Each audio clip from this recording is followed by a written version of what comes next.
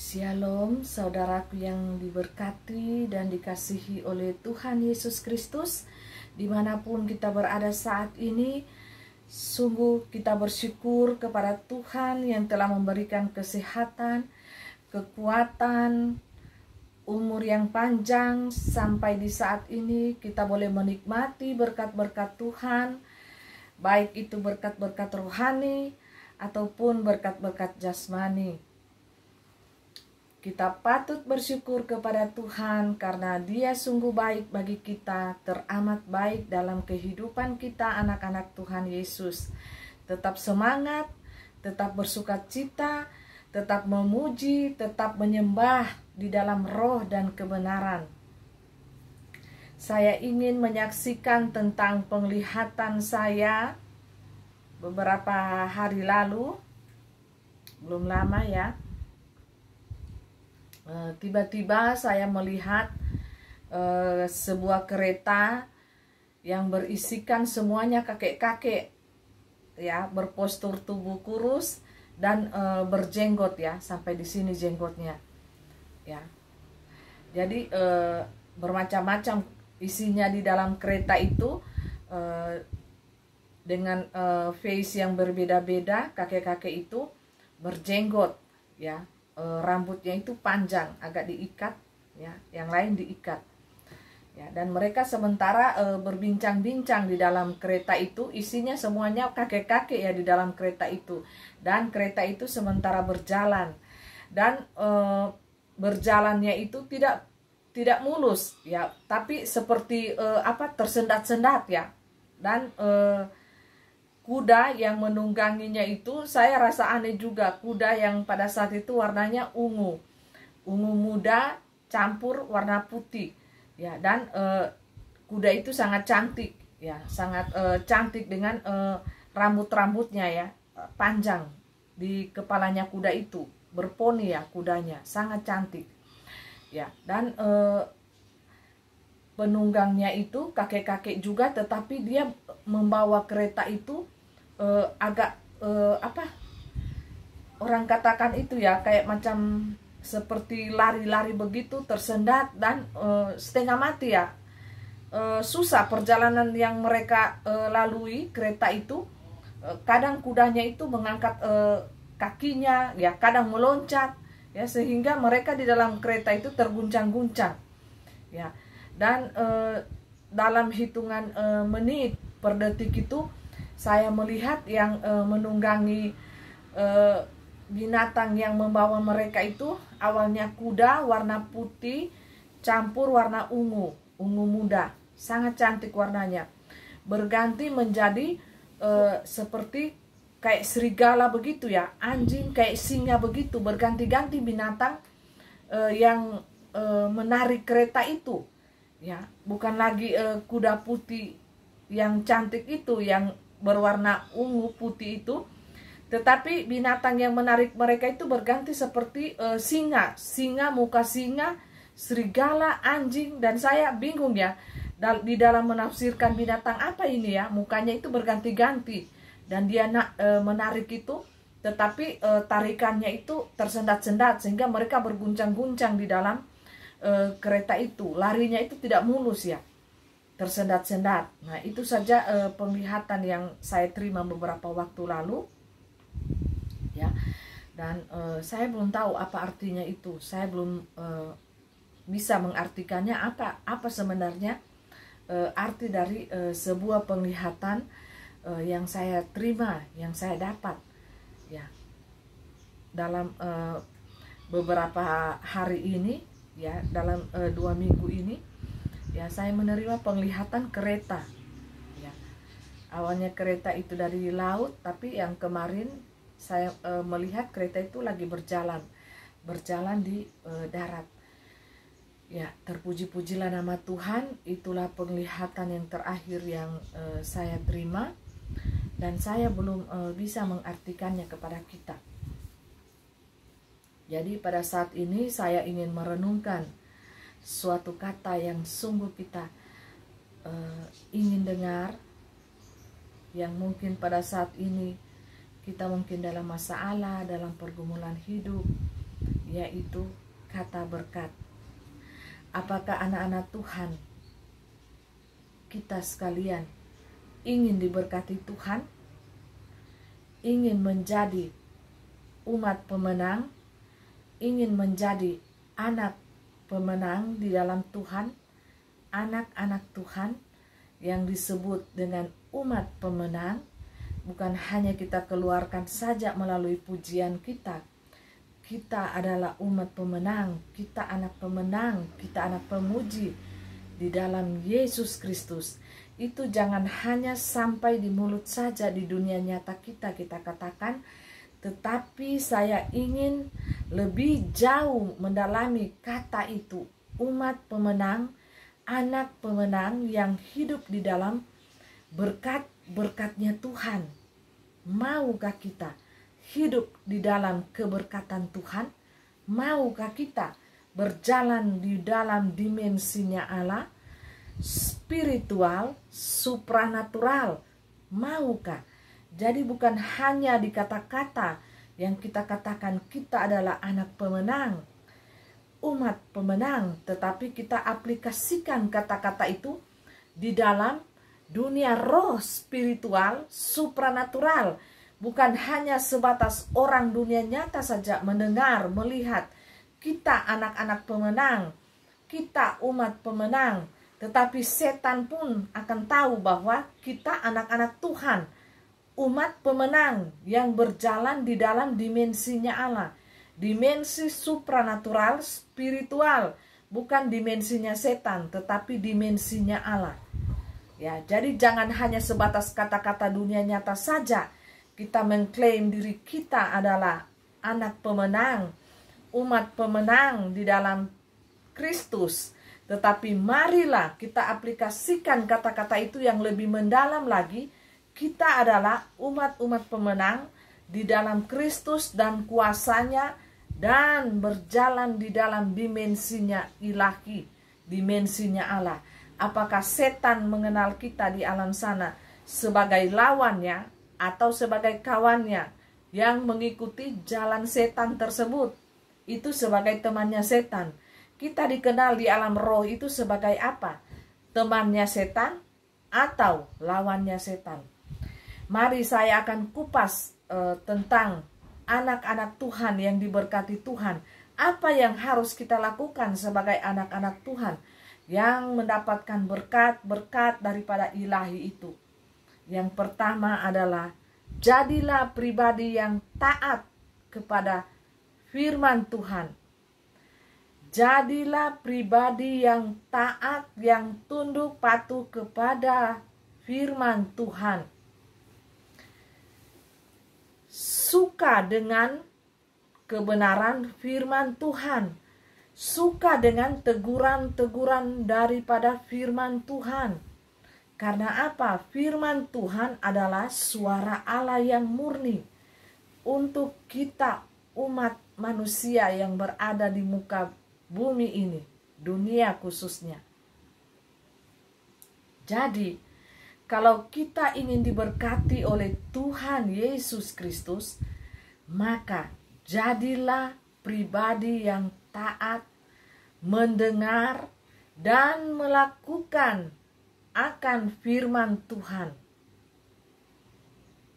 Sebagai manusia yang berdosa, maka kita harus tunduk dan taat, dengar baik-baik firman Tuhan itu, dan melakukan firman Tuhan itu di dalam kehidupan kita. Jangan hanya kita baca dan kita tidak taat, kita tidak mau dengar, kita tidak mau ditegur oleh Tuhan. Datang firman Tuhan kepada kita yang menegur dosa kita, kita akan tersinggung, kita akan marah kepada orang yang memberitakan tersebut.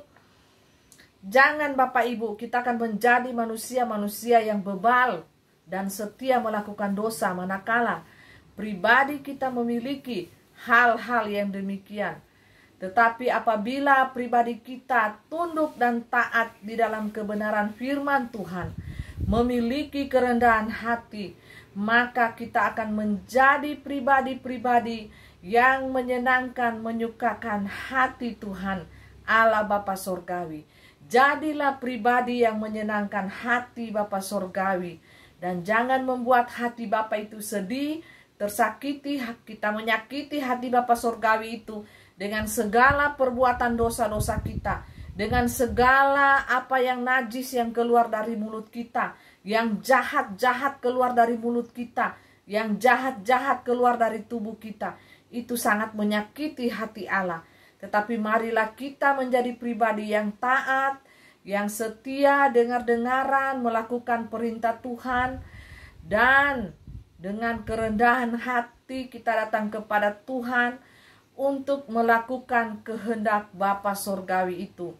Setialah mendengar suara Tuhan, pekalah di dalam mendengar suara Tuhan.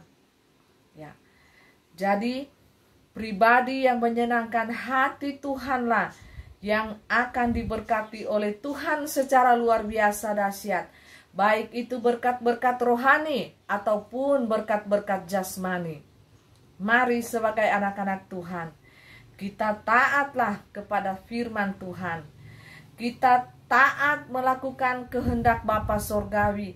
Kita setia mendengar perkataan-perkataan Bapa Sorgawi. Setialah dan pekalah di dalam mendengar suara Tuhan itu di dalam diri kita masing-masing. Bukankah Tuhan telah menciptakan kita manusia dengan begitu sempurna, memiliki akal, memiliki hati, memiliki kelima panca indera di dalam tubuh kita ini masing-masing. Supaya apa? Supaya kita peka mendengarkan apa yang alam ini berbicara kepada kita. Alam ilahikah atau alam setan? Kita bisa tangkap melalui apa? Panca indera kita ini. Jikalau kita melatihnya, maka kita akan mendapatkan kepekaan di dalam dunia supranatural ilahi. Dan mungkin juga kita akan tembus di dalam supranaturalnya setan, Lucifer. Baiklah saya mengajak kepada kita untuk kita menjadi manusia yang peka mendengarkan suara Bapa Sorgawi. Jadi bagi kita anak-anak Tuhan, sungguh pun masa depan itu ada dan harapanmu tidak akan hilang. Masa depan anak-anak Tuhan akan gilang gemilang, akan bersinar manakala kita mengandalkan Tuhan di dalam kehidupan kita. Manakala kita mencari Tuhan, roh kita, hati kita ini akan berbeda dengan anak-anak dunia yang tidak mencari Tuhan.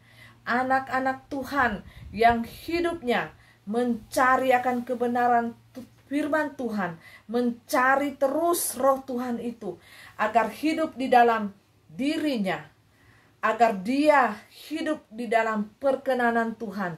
Maka rohnya itu, hidupnya, hatinya itu akan berbeda dengan orang lain. Hatinya akan dilingkupi sukacita, kebahagiaan yang bukan berasal daripada dunia ini, tetapi berasal daripada Bapa Surgawi. Dan sukacita itu adalah permanen, diam tinggal di hati kita, karena itu adalah roh kebenaran, roh sukacita, roh damai yang berasal daripada Sang Damai itu. Siapa Sang Damai itu? Dialah Tuhan Yesua Hamasyah Elohim yang kita kenal di dalam pribadi Tuhan Yesus Kristus, Anak Allah yang Maha Kudus. Dia adalah Hakim yang adil yang akan datang di akhir zaman ini. Imam Mahdi yang akan menghakimi orang yang hidup dan yang mati. Siapakah dia, seorang hakim yang adil dunia akhirat, jikalau dia bukan Allah itu sendiri? Ketahuilah bahwa dialah Allah itu sendiri, Imam Mahdi, hakim yang adil di akhir zaman. Terpuji-pujilah nama Tuhan. Jadi kalau kita ingin mengejar berkat-berkat daripada Tuhan, kita terlebih dahulu harus bisa menyenangkan hati Bapa Sorgawi itu. Berkat-berkat Tuhan itu bukan selalu berupa harta kekayaan, tetapi kesehatan, kekuatan, damai dan sukacita, kebahagiaan yang kita terima di hati kita. Itu adalah berkat Tuhan semuanya. Kita bersukacita, kita selalu mengucap syukur di hati kita dalam keadaan apapun juga. Itu adalah berkat Tuhan yang khusus, yang spesial bagi kita, anak-anak Tuhan, yang bisa kita rasakan, kita terima di dalam diri kita. Itu adalah berkat Tuhan, Bapak Ibu Saudaraku yang diberkati oleh Tuhan Yesus Kristus. Jadi berkat Tuhan itu berupa kesehatan, kekuatan, damai sejahtera, sukacita, hati yang mengasihi orang lain, hati yang mengasihi Tuhan Allah, hati yang memiliki kemurahan hati, belas kasihan kepada sesamanya, hati yang senantiasa mensyukuri akan berkat-berkat Tuhan, hati yang senantiasa menikmati akan berkat-berkat Tuhan, karunia-karunia Tuhan, ya, hati yang dilingkupi sukacita selalu di dalam diri kita. Itu merupakan suatu berkat Tuhan. Hati yang selalu menikmati akan karunia belas kasihan Tuhan itu dalam hidup kita, itu semua berkat daripada Tuhan, Bapak Ibu Saudaraku yang dikasihi oleh Tuhan Yesus Kristus. Baik itu kesehatan, ya, damai, sukacita, kebahagiaan yang kita boleh rasakan dimanapun kita berada, dalam situasi keadaan apapun juga, dalam situasi keadaan burukkah, dalam keadaan baikkah, kita tetap menikmati, mensyukuri berkat Tuhan itu, ya. Walaupun tidak hidup dalam kemewahan secara jasmani, tetapi manakala kita memiliki hati yang bersyukur, hati yang bersukacita, hati yang dilingkupi rasa bahagia, rasa merasa cukup, ya, dengan adanya makanan, minuman, pakaian yang kita bisa nikmati, ya, walau tidak berkelimpahan, tidak dalam hidup kemewahan, itu suatu anugerah berkat yang Tuhan berikan bagi kita anak-anak Tuhan. Bukan melulu harta dan harta, bukan. Ya, semuanya berkat kesehatan, kekuatan, keluarga semua dipelihara dalam berkat Tuhan. Ya, anak-anak, pasangan hidup kita, keluarga kita, saudara dan saudari kita dimanapun mereka berada, hidup dalam kesehatan, tertawa, menikmati berkat Tuhan, berbagi berkat dengan sesama. Itu adalah suatu berkat Tuhan bagi kita. Hidup di dalam menikmati berkat-berkat Tuhan itu sendiri, itu pun suatu karunia berkat daripada Tuhan yang Tuhan berikan di dalam kehidupan kita setiap anak-anak Tuhan. Jadi saya mengajar kepada kita untuk menjadi pribadi yang diberkati oleh Tuhan Yeshua HaMashiach. Jadilah anak Tuhan yang terlebih dahulu mencari kerajaan Bapa Sorgawi itu. Carilah dahulu kerajaan surganya, maka semuanya akan ditambahkan kepadamu. Carilah dulu perkenanan Tuhan itu di dalam kehidupan kita, maka berkat-berkat Tuhan itu akan mengejar kita, anak-anak Tuhan, yang senantiasa hidup kita berkenan di hadapan Tuhan.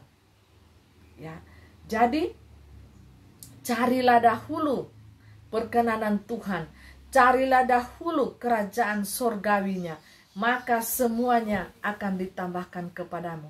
Apa yang engkau butuhkan, apa yang engkau perlukan, bukan keinginan yang Tuhan cukupkan di dalam kehidupan kita, tetapi kebutuhan kitalah yang Tuhan akan cukupkan di dalam kehidupan kita, anak-anak Tuhan. Ya. Jadi apapun yang kita butuhkan, makan, minum, pakaian, ya, mungkin kendaraan, Tuhan akan berikan kepada kita, anak-anak Tuhan. Ya. Itu merupakan kebutuhan yang kita perlukan pada saat ini. Ya, jadi semua apa yang kita butuhkan, apa yang kita perlukan dalam kehidupan kita, pasti Tuhan akan berikan. Ya, melalui mungkin anak-anak Tuhan di belahan dunia manapun mereka berada, yang memiliki berkat-berkat Tuhan melimpah-limpah atas hidup mereka. Tuhan akan menggerakkan hati mereka untuk apa? Untuk mencukupi kebutuhan hidup kita, ya, untuk mencukupkan apa yang kita perlukan di dalam melayani Tuhan. Jikalau kita memerlukan kendaraan motor, apakah mobil, Tuhan akan memberikan semuanya. Ya, apalagi ini musim hujan, ya tidak bisa kemana-mana. Ya, kalau mempunyai mobil, mempunyai kendaraan, kita akan bisa kemana-mana dengan leluasa. Ya, kalau motor pasti kita akan kena hujan. Jadi semua apapun yang kita akan butuhkan di dalam kita melayani Tuhan, ya Tuhan pasti akan cukupkan bagaimanapun caranya. Ya, baik itu melalui tangan anak-anak Tuhan dimanapun mereka berada saat ini, ya Tuhan akan memakai mereka semua, akan memberkati kehidupan anak-anak Tuhan yang sungguh-sungguh melayani Tuhan, yang dengan ketulusan hati mereka selalu memberitakan firman Tuhan itu dimanapun mereka berada. Kapanpun, waktu baik atau tidak baik, mereka tetap memberitakan firman Tuhan itu, membawa pertobatan, roh pertobatan itu bagi siapa saja, untuk kita mendekatkan diri kita kepada Tuhan, untuk sujud menyembah kepada Tuhan Yeshua HaMashiach Elohim. Jadi bagi kita anak-anak Tuhan, mari untuk waktu yang tersisa saat ini, kita mendekatkan diri kita kepada Tuhan. Kita sungguh-sungguh bertobat di hadapan Tuhan. Kita sujud, jikalau kita kuat, kita berpuasa di hadapan Tuhan. Karena apa? Dimensi alam lain itu, supranatural, spiritual, sangat menyukai dengan orang-orang yang bisa membayar harga bagi dirinya, bagi kesenangan dirinya, yaitu dengan cara apa? Doa, sujud, dan berpuasa sungguh-sungguh di hadapan Tuhan. Memohon belas kasihan Tuhan. Anugerah Tuhan itu tercurah atas hidup bagi semua anak-anak Tuhan di belahan dunia manapun. Berdoa untuk orang-orang kudus dimanapun mereka berada, supaya diberikan Tuhan hikmat kepekaan yang sungguh-sungguh ada di akhir zaman ini. Dan Tuhan akan mencurahkan karunia-karunia, berkat-berkat rohani yang luar biasa kepada kita anak-anak Tuhan. Sehingga anak-anak muda, para teruna, semua hamba-hamba Tuhan, anak-anak Tuhan akan bernubuat, akan melakukan mujizat-mujizat yang besar pada akhir zaman ini. Karena pada zaman ini kita hidup, zaman ini mau ditutup. Jadi Tuhan akan mencurahkan kuasanya, powernya yang luar biasa kepada kita anak-anak Tuhan. Maukah kita menerima segala karunia yang Tuhan akan berikan, curahkan kepada kita? Bagi siapa saja yang siap menerima lawatan Tuhan yang luar biasa, maka orang itu akan dipakai Tuhan luar biasa. Pada akhir zaman ini akan keluar hamba-hamba Tuhan yang dahsyat, yang luar biasa pada akhir-akhir zaman ini. Karena apa? Kuasa Tuhan, lawatan Tuhan memakai siapa saja. Batu pun bisa dia akan pakai. Jikalau manusia itu tidak layak menolak pelayanan daripada Allah ini, pencurahan Roh Kudus yang besar-besaran di akhir zaman ini, maka binatang pun, batu pun Tuhan akan pakai untuk berbicara, untuk memuji Tuhan. Kalaupun manusia itu didapatinya hatinya tidak layak untuk menerima segala karunia Tuhan yang akan tercurah pada akhir zaman ini, anak-anak pun Tuhan akan pakai secara luar biasa dahsyat. Jadi bersiaplah, bentuklah hati kita, anak-anak Tuhan. Milikilah kerendahan hati, milikilah hati yang indah, hati yang cantik, bukan hati yang dipenuhi kotor, hati yang dipenuhi iri dengki, hati yang jahat, hati yang munafik. Buang semuanya itu daripada Tuhan, karena Tuhan tidak berkenan memakai orang-orang yang memiliki hati yang busuk, hati yang iri dengki, hati yang jahat, hati yang bercabang, hati yang ular. Mulutnya dolak-dalik, penuh dusta, mulutnya bercabang, penuh ular, penuh tipu muslihat, penuh kebohongan. Tuhan tidak suka, Tuhan tidak berkenan dengan manusia-manusia yang memiliki mulut seperti itu, hati seperti itu. Tetapi marilah kita sungguh-sungguh bertobat di hadapan Tuhan. Dan milikilah mulut yang tulus, mulut yang mengeluarkan kebenaran firman Tuhan, mulut yang tidak dolak-dalik, hati yang tulus, hati yang murni, hati yang sungguh-sungguh melayani Tuhan. Bukan ada udang di balik batu, tetapi sungguh-sungguh melayani Tuhan. itulah hati yang terpilih di hadapan Tuhan. Maka Tuhan akan memakai orang-orang tersebut secara luar biasa. Kita akan lihat, akan muncul tampil hamba-hamba Tuhan yang baru, yang diurapi Tuhan, yang luar biasa dahsyat, yang dipakai Tuhan pada akhir kegenapan zaman ini. Akan ditutup dengan berbagai kuasa mujizat Tuhan yang akan mereka pegang, sehingga mereka akan menginjak-injak ular, kepala ular itu di kakinya.